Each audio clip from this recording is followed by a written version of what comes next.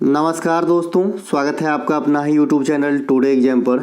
दोस्तों, आने वाले समय में जिनको आईबी का एग्ज़ाम देना है, सीएसआईआर का एग्ज़ाम देना है या फिर जो भी एग्ज़ाम्स है, इन सभी एग्ज़ाम में जैसा कि मैंने देखा कल कुछ टॉपिक कॉमन रखा है। एग्जामिनर आपको सभी शिफ्ट में क्वेश्चन जो है रिपीट कर रहे हैं, तो जिनको एग्ज़ाम देना है देख लीजिए, जिनको आगे एग्ज़ाम देना है वो भी देख के रखिए।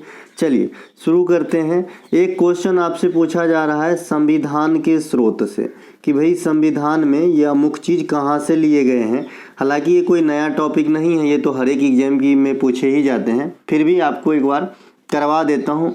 संविधान में राज्यपाल का पद किस देश से लिया गया है, ये क्वेश्चन राइज हुआ था, तो ये कनाडा के संविधान से लिए गए हैं। कनाडा के संविधान से आप और कौन सा चीज़ ग्रहण किए हैं, तो संघ जो है संघीय व्यवस्था, ये कनाडा के संविधान से लिया गया है। इसके अलावा मैं आपको बताया था कि कनाडा जो है ये सभी दुनिया में जितने भी कंट्री है, सबसे लंबी स्थलीय सीमा है आपका कनाडा का ही है, तो ये बात भी आपको ध्यान रखना है, ठीक है। इसके अलावा ब्रिटेन के संविधान से हम लोगों ने क्या क्या लिया है, एकल नागरिकता लिया है। हमारे यहाँ एकल नागरिकता दी जाती है। आप उत्तर प्रदेश से हैं, मैं बिहार से हूँ, तो हमें इंडिया की अलग और बिहार की अलग नहीं है, एक ही है। संसदीय प्रणाली, विधि का शासन, ये सब जो है आपके कहाँ से लिए गए हैं, ब्रिटेन से लिए गए हैं, ठीक है। विधि द्वारा स्थापित प्रक्रिया, ये लिया गया है जापान के संविधान से। ये दोनों जगह विधि है, विधि मतलब कानून है ना। लेकिन यहाँ पे इस चीज़ को मैं ऐसे भी लिख सकता हूँ, कानून का शासन या कानून द्वारा स्थापित प्रक्रिया। तो स्थापित प्रक्रिया जो है ये जापान से लिया गया है। सीधे सीधे वे में कानून का शासन या विधि का शासन ये ब्रिटेन के संविधान से लिया गया है, तो ये सब ध्यान रखेंगे। इनके अलावा विधि द्वारा बता दिए, राज्य के जो डीपीएसपी है आपका नीति निर्देशक सिद्धांत है, तथा राज्यसभा में 12 सदस्य को राष्ट्रपति जो मनोनीत करते हैं। देखिए राज्यसभा में 250 टोटल सदस्य होता है, जिसमें 238 जो है चुनाव किया जाता है 238 का, और 12 का मनोनयन किया जाता है राष्ट्रपति के द्वारा, ठीक है। इसके भी क्राइटेरिया है, किसी भी फील्ड में अव्वल दर्जे के आदमी होना चाहिए, जैसे कला, विज्ञान, संगीत, इस प्रकार से। तो इन्हें जो मतलब मनोनीत किए जाते हैं राज्यसभा में मेंबर के तौर पे जो है रखा जाता है। तो ये जो पद्धति है 12 वाला, ये भी आयरलैंड के संविधान से लिया गया है, आयरिश संविधान से प्रेरित है। प्रस्तावना में जो सामाजिक, आर्थिक और राजनीतिक न्याय का विचार है, मौलिक कर्तव्य है, ये सब रसिया के संविधान से लिया गया है। जो भारत और जो मौलिक कर्तव्य है उसकी मतलब शुरू में संविधान में तो वो था नहीं, बाद में आया है संविधान में, वो भी बहुत दिन के बाद आया, 1976 में आया। 42वां संविधान संशोधन से बहुत क्वेश्चन आता है एग्जाम के अंदर। 42वां संविधान संशोधन के द्वारा 1976 में, ये समिति का नाम है स्वर्ण सिंह समिति। इसके अनुशंसा पे 10 प्रकार के मौलिक कर्तव्य जोड़े गए, लेकिन ये समिति के द्वारा 8 प्रकार के ही मौलिक कर्तव्य का सिफारिश किया गया था, ठीक है। इसे जब 10 प्रकार के जोड़ दिया गया तो इसके लिए एक भाग की आवश्यकता पड़ी, तो 4 से 4 का एक क्रिएट किया गया, और वहाँ पे जो है मौलिक कर्तव्य फंडामेंटल ड्यूटीज को रखा गया है ना, जो आपका आर्टिकल 51A में रखा गया है, ठीक है। आर्टिकल 51A के 11 अपने अलग अलग पार्ट हैं, जैसा कि मैंने आपको कई पीडीएफ में इस बात को दर्शाया ही होगा कि 51 के 1 में क्या है, 51 के 1 के 2 में क्या है। यहाँ से भी क्वेश्चन आपके पिछले एसएससी के एग्जाम में काफ़ी पूछे गए, इसीलिए मैंने ग्रुप ऑफ आर्टिकल्स पे एक वीडियो बना दिया था 243, 19 और 51A को लेकर, ठीक है। इसके अलावा वर्तमान में मौलिक कर्तव्य कितने हैं, तो 11 हो गया। ये 11वां मौलिक कर्तव्य 86वां संविधान संशोधन 2002 के द्वारा ऐड किया गया कि 6 से 14 वर्ष तक के बच्चों के लिए शिक्षा की व्यवस्था करवाना उन पेरेंट्स का फंडामेंटल जो है ड्यूटीज होगा, और यही चीज़ अपने आप में उस बच्चों के लिए मौलिक अधिकार भी है। लेकिन जो मौलिक अधिकार है तो मौलिक अधिकार वाले स्लैब में रहेगा। तो आप जानते हैं कि मौलिक अधिकार का दायरा जो है ये आर्टिकल 12 से 35 के बीच में है, और भाग 3 के अंतर्गत आता है, जिसे भारतीय संविधान का मैग्ना कार्टा भी कहा जाता है, और ये यूएसए के संविधान से लिया गया है, वर्तमान में 6 है, ठीक है। तो ये जो 12 से 35 आर्टिकल है, तो इसी में जो 21 आर्टिकल था जिसे प्राण एवं दैहिक स्वतंत्रता का अधिकार कहा जाता है, 21 आर्टिकल को प्राण एवं दैहिक स्वतंत्रता का अधिकार, तो इसी में जो है एक क्रिएट किया गया और आपको जो है यहाँ पे मौलिक अधिकार के तौर पे शिक्षा के अधिकार को रखा गया, जो 6 से 14 वर्ष तक के बच्चों के लिए एप्लीकेबल है। ठीक है भाई, तो ये ध्यान रखेंगे। ये मौलिक अधिकार भी 11वां जो बना था आपका मौलिक कर्तव्य, तो एक ही संविधान संशोधन के द्वारा मौलिक कर्तव्य भी बना और मौलिक अधिकार भी बना। सेम बात, तो एक अभिभावक पे लागू होता है और एक उन बच्चों पे लागू होता है जो लाभार्थी हैं। उपराष्ट्रपति का पद, राष्ट्रपति पर महाभियोग, मौलिक महाभियोग की प्रक्रिया, मौलिक अधिकार, ये सभी के सभी अमेरिका के संविधान से लिए गए हैं, है ना। संवर्ती सूची ऑस्ट्रेलिया के संविधान से लिए गए हैं। आपातकालीन व्यवस्था जर्मनी के संविधान से काफी हद तक प्रेरित है। और आपातकाल के अपने यहाँ कितने आर्टिकल हैं, तो आपातकाल से संबंधित ओवरऑल देखें तो 3 आर्टिकल हैं, 352, 356, 360। ऐसा नहीं है कि इसके लिए 3 ही आर्टिकल अलॉट किए गए हैं, ये 52 से 60 तक ये बीच में जो भी आर्टिकल है किसी न किसी रूप में इन्हीं चीज को रिलेट करता है, लेकिन डायरेक्ट इफेक्टिव ये 3 आर्टिकल है। 352 से राष्ट्रीय आपात लगता है, 356 से राष्ट्रपति शासन और 360 से वित्तीय आपात लगता है। वित्तीय आपात इंडिया में अब तक ना लगी।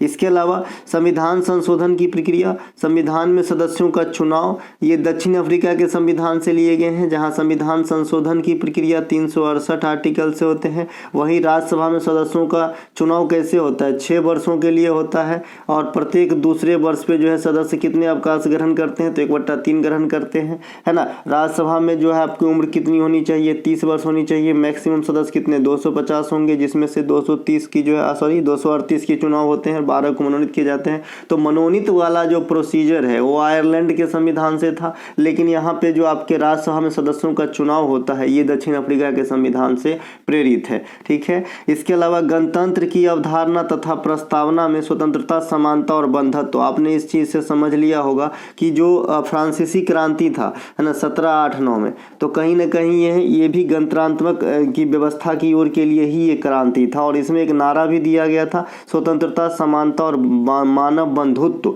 तो ये सब जो हमने एडॉप्ट किया है ये फ्रांसीसी क्रांति या फ्रांस के संविधान से लिए हैं। ठीक है, तो ये बात भी ध्यान रखेंगे। इसके अलावा एक क्वेश्चन आपसे पूछा जाता है कि फ्रांसीसी क्रांति जो है उस समय कौन से लुई के काल में हुआ था। ये क्वेश्चन मैं एक दिन और पूछा था, बहुत सारे बच्चे ने गलत जवाब दिया, एक बार और पूछ रहा हूँ, सोच के जवाब दीजिएगा। बौद्धिक ऊर्जा संक्रमण सूचकांक 2023 में भारत का रैंक क्या है। मैं जैसा कि देख रहा हूँ कि कल तीनों चारों शिफ्ट में क्वेश्चन सब में एनालिसिस नहीं कराया, तो क्या हुआ, क्वेश्चन तो दिख ही जाता है, कोई ना कोई तो बताता ही है कि क्या ना क्या पूछा गया था। तो जो रैंकिंग है 2023 का ये काफ़ी पूछे गए, तो आने वाले जो भी एग्जाम है वहाँ पर भी इसकी झलक दिखेगी। अरे भाई ठंडी का महीना चल रहा है, बिहार में बहुत ठंडा है, तो ऐसा तो नहीं है कि इंडिया में, मैं महाराष्ट्र में रहता हूँ तो बिल्कुल ही नहीं लगती, थोड़ी बहुत तो असर आती है ना, तो दूसरे एग्जाम में भी थोड़ी बहुत तो झलक रहेगी ना इसकी। ऐसा थोड़ी है कि पैटर्न पूरी चेंज कर देते हैं, ऐसा कुछ नहीं है। इसीलिए मैं आपको हमेशा सजेस्ट करता हूँ, जब तक आप तैयारी करें, जो भी ऑनलाइन चाहे ज़िंदगी में कितनी भी पढ़ लो, एक मैगजीन जरूर पढ़िए। ठीक है, मैं यूट्यूब चैनल वाला होकर आपको ये बात बता रहा हूँ, एक मैगजीन जरूर पढ़िए, हार्ड कॉपी वाला 30-35 रुपये का। इससे क्या होता है कि हाल फिलहाल में जो भी एग्जाम्स होते हैं आपके माइंड में ये रहता है कि अभी मार्केट में कौन सा कंटेंट चल रहा है। ठीक है भाई, ज़रूर पढ़े आप लोग, जो भी आपके हिसाब से सहूलियत हो, जो भी ईजी वे में अवेलेबल हो, है ना, जिस भी भाषा में पढ़ सके। वैश्विक ऊर्जा संक्रमण सूचकांक 2023 में भारत का रैंक 67वां है।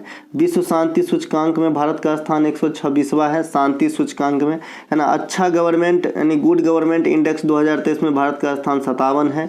विश्व प्रेस स्वतंत्रता सूचकांक में भारत का स्थान 161वां है, जो कल मैंने बताया था कि ये जो है शायद नहीं होगा, लेकिन यही है, 161वां ही है प्रेस स्वतंत्रता सूचकांक में, है ना। काफ़ी मतलब स्थिति सही नहीं है। विश्व बौद्धिक आतंकवाद सूचकांक 2023 में भारत का स्थान आप लोगों के लिए कमेंट पे रखेंगे, क्योंकि कल मैंने ये चीज़ बताया था पहले या सेकेंड शिफ्ट के एनालिसिस में। विश्व खुशहाली रिपोर्ट भी 126 है और शांति वाला दोनों 126 है। विश्व भुखमरी इंडेक्स 111 है। विश्व नवाचार सूचकांक 2023 में 40वां स्थान है, ये कल पूछा गया था आपसे। इसके अलावा एयर क्वालिटी की बात करें तो भारत में 8वां जो है, एयर क्वालिटी में 8वां स्थान है ना। दिल्ली में नहीं गया लग रहा है, नहीं तो 28वां दे देता। इसके अलावा जलवायु परिवर्तन सूचकांक 2023 में भारत का स्थान भी 8वां है। वैश्विक प्रतिस्पर्धा सूचकांक 2023 में भारत का स्थान 40वां है ना। तो ये कुछ इंडेक्स है हाल फिलहाल के, अभी 2023 खत्म हुए तो 2023 के जनरली पूछे जाते हैं, आपको ध्यान रखना है। अगला है वर्ल्ड कप 2023 में किस बॉलर ने सबसे अधिक विकेट लिए। कल पूछा गया था कि प्लेयर ऑफ द सीरीज कौन था। ठीक है भाई, तो देखिए वर्ल्ड कप से क्वेश्चन आ रहे हैं तो आपको सिर्फ वर्ल्ड कप ही नहीं करना है, वर्ल्ड कप कर लेना है, फीफा कर लेना है, IPL कर लेना, पिछली वाला WPL कर लेना, ये सब आने वाले एग्जाम के लिए काम आएंगे आपको। बाद बाकी अगर 5-6 महीने के बाद एग्जाम है तो ये IPL और ये WPL आपको काम नहीं आएगा। ठीक है भाई। तो वर्ल्ड कप 2023 में किस बॉलर ने सबसे अधिक विकेट लिए हैं, तो मोहम्मद शमी।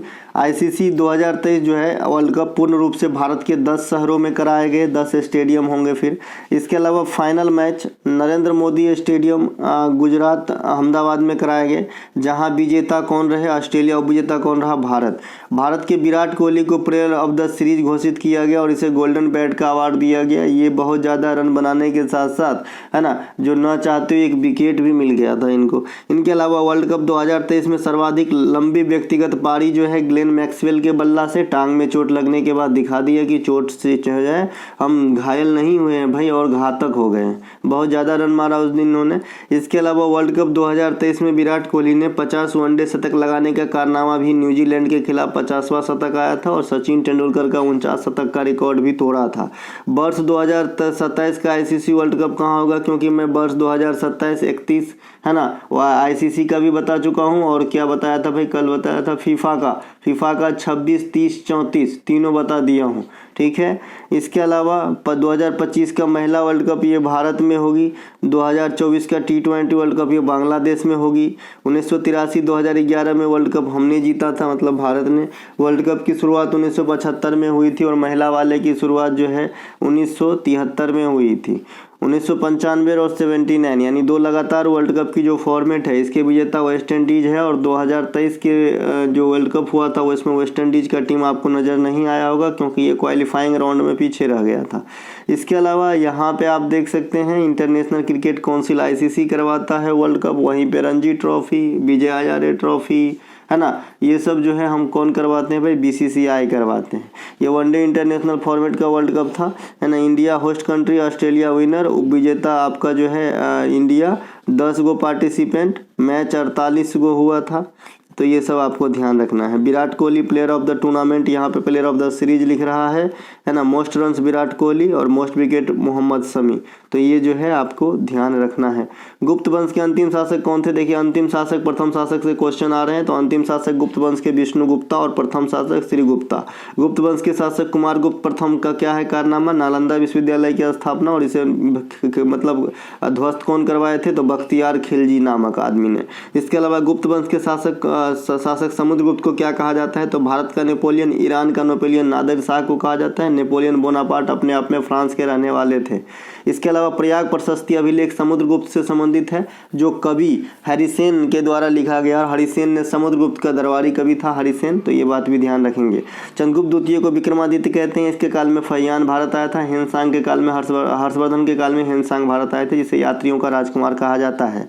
प्राचीन काल में गुप्त शासकों को है ना, गुप्त शासकों को है ना सिक्के पर बीना बजाते हैं है ना, उनके गुप्त शासकों में से मतलब ऐसा है ये वाला लाइन, प्राचीन काल में गुप्त शासक ने अपने सिक्कों पर बीना बजाते हुए दर्शाया गया था, जिसमें समुद्रगुप्त का छाप सबसे ज़्यादा मिलता है। ठीक है। समुद्रगुप्त के मौर्य वंश के प्रथम शासक चंद्रगुप्त मौर्य, अंतिम शासक बृहद्रथ। चंद्रगुप्त मौर्य धनानंद को हरा के किसके सहायता से, कौटिल्य के सहायता से। मौर्य वंश की जानकारी का स्रोत विशाखा दत्त के मुद्रा राक्षस और आपका जो है इंडिका किसका, मेगास्थनीज का। मौर्य वंश में सबसे प्रतापी राजा मौर्य सम्राट अशोक। मौर्य प्रांत शुरुआत में कितने प्रांत में बटे थे, तो 4। कौन कौन से बता दिए थे, और 5वां प्रांत कलिंग के रूप में जोड़ा था कौन, अशोक ने कलिंग युद्ध के बाद कौन सा काम किया था, तो बौद्ध धर्म को अपना लिया था और बौद्ध धर्म के प्रचार प्रसार हेतु अपने पुत्र पुत्री को श्रीलंका भी भेजा था। ठीक है। अशोक के समय ही शिलालेखों का प्रचलन भी स्टार्ट हुआ था और अशोक के शिलालेख के करने में सबसे पहले सफलता जेम्स प्रिंसेप को हाथ लगी थी? किस राज्य ने पहले आर्टिफिशियल इंटेलिजेंस आधारित न्यूज एंकर को तैनात किया है? कल आपको बार्ड से क्वेश्चन पूछा गया है ना। तो ये है जी ओडिशा।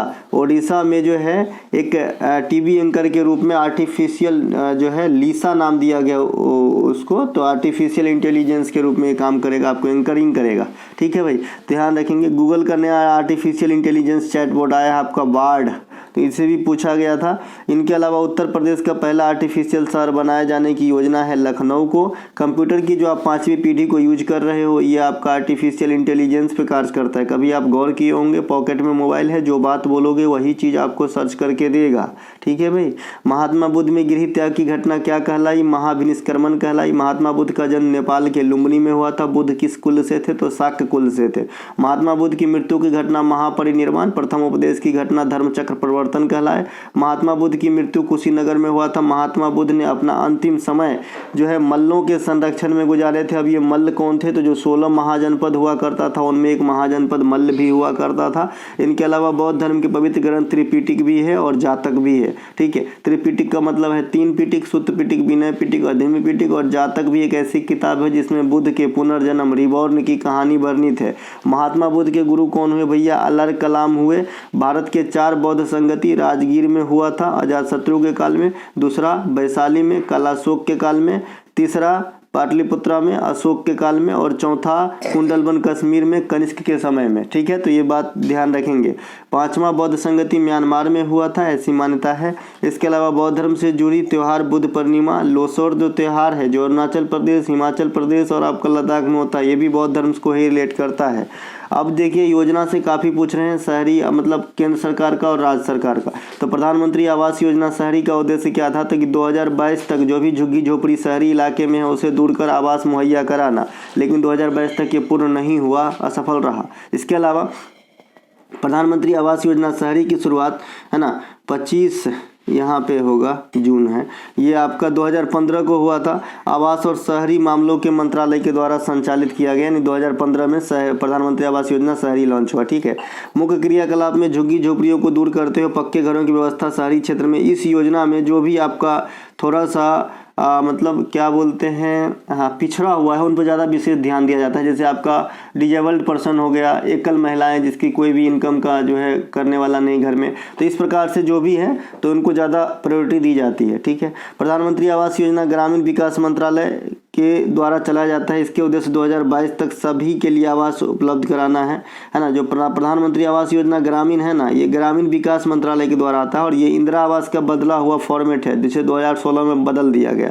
नमामि गंगे प्रोजेक्ट ये 2014 में आया था, ये आपका गंगा सफाई अभियान है। मेक इन इंडिया कार्यक्रम 2014 में आया था। घरेलू मैन्युफैक्चरिंग को बढ़ावा देना, बायकॉट चाइना, है ना, तो ये सब ध्यान रखेंगे। प्रधानमंत्री जनधन योजना कम से कम प्रत्येक परिवार की एक बैंकिंग खाता या बैंकिंग खाता से अवगत कराने के उद्देश्य से 2014 में आया था, ये वित्त मंत्रालय की पहल है। मिशन इंद्रधनुष 2014 में आया था। 7 रोगों के लिए टीका लगाने की जो उद्देश्य है उसको पूर्ति के लिए लाया गया था। बेटी बचाओ बेटी पढ़ाओ योजना हरियाणा से 2015 से स्टार्ट किया गया था। इसका उद्देश्य लिंगानुपात को बढ़ावा देना, क्योंकि हरियाणा इसलिए सिलेक्ट किया गया क्योंकि आप जानते हैं 2011 की जनगणना के अनुसार हरियाणा की सेक्स रेशियो सबसे कम है। प्रधानमंत्री मुद्रा योजना जो उद्यमी है उनके लिए जो वित्तीय सहायता मुहैया कराता है 2015 से स्टार्ट हुआ था। ये भी वित्त मंत्रालय की पहल है और इसमें मैक्सिमम लोन सीमा 10 लाख रुपए तक की है।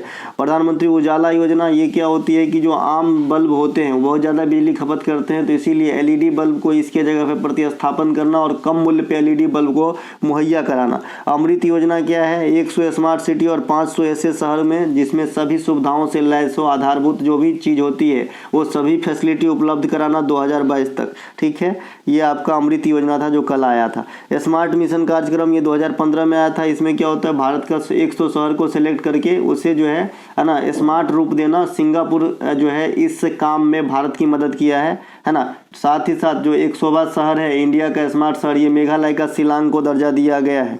दीनदयाल उपाध्याय ग्राम ज्योति योजना सभी ग्रामीण क्षेत्र में है ना विद्युतीकरण कर देना 2015 से स्टार्ट हुआ है। सागर मौला प्रोजेक्ट 2015 से आया था। इसका उद्देश्य है कि बंदरगाह को जो है ना रेलवे ट्रैक से कनेक्ट करवाना। इनके अलावा सेतु भारतम योजना, इसमें सड़क एवं परिवहन मंत्रालय द्वारा संचालित किया जा रहा है। स्टैंड अप इंडिया कार्यक्रम 2016 में वित्त मंत्रालय की पहल है। अरुण जेटली साहब की मतलब काफ़ी ज़्यादा हाथ रहा इसमें। दीक्षा पोर्टल, ये मानव संसाधन विकास मंत्रालय के द्वारा शिक्षकों को ट्रेनिंग देना। प्रधानमंत्री उज्ज्वला योजना, ये एलपीजी से संबंधित है।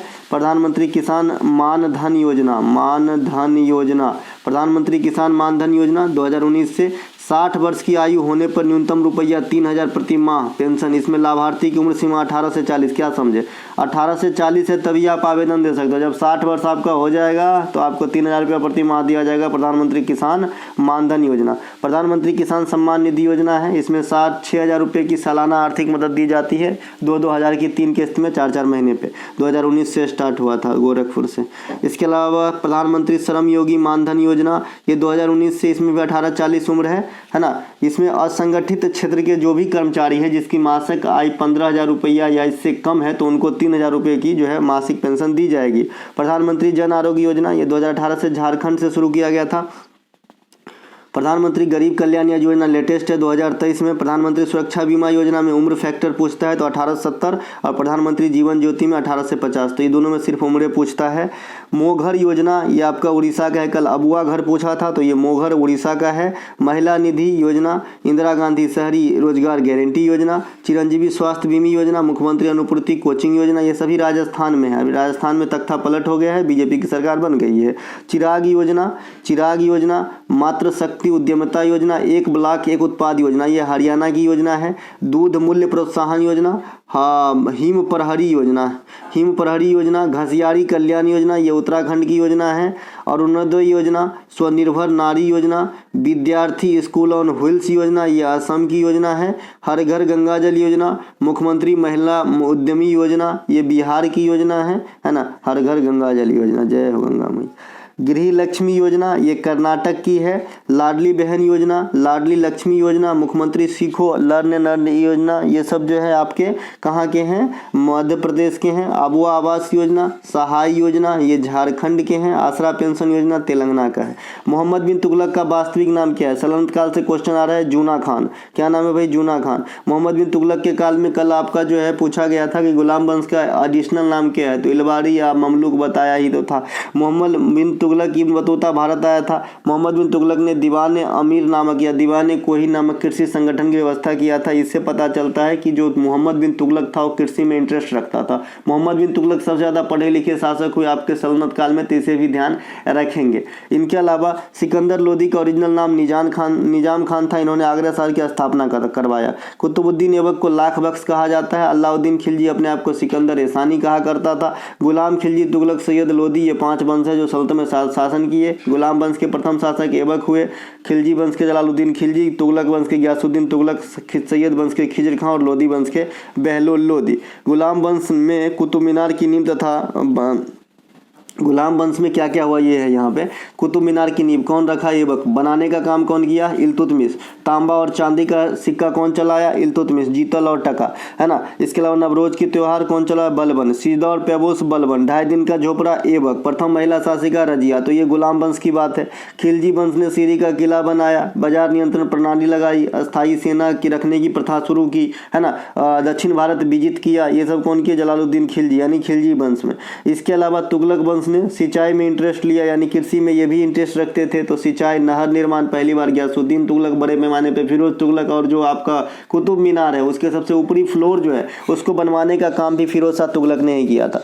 पानीपत की प्रथम लड़ाई सल्तनत काल की समाप्ति के साथ ही पानीपत की प्रथम लड़ाई के साथ ही सल्तनत की समाप्ति हो गई और मुगल वंश की स्थापना हो गई 1526 में बाबर के द्वारा। अब आता था कल पूछा गया था सेबी की स्थापना वर्ष, तो आपको याद रखना है नाबार्ड की स्थापना वर्ष, SBI की स्थापना वर्ष, इंपीरियल बैंक ऑफ इंडिया की स्थापना वर्ष, RBI की स्थापना वर्ष, ये सब ध्यान रखना है। नाबार्ड का होता है जी 1982, सिडबी का होता है 1990, RBI का होता है 1935, SBI का होता है 1955, इंपीरियल बैंक ऑफ इंडिया का होता है 1921, है ना। इतना जरूर ध्यान रखें। इरडाई का होता है 1999 जो बीमा क्षेत्र में कार्यरत है। तो ये सब कुछ एक बात है जो आपको ध्यान रखना है, आपको काम आएगा क्योंकि इसमें भी पूछे जा रहे हैं, ठीक है। इसके अलावा यूनेस्को से संबंधित फैक्ट फैक्ट भी कल पूछा गया था कि अब यूनेस्को में कितने साइट हो गए भारत के।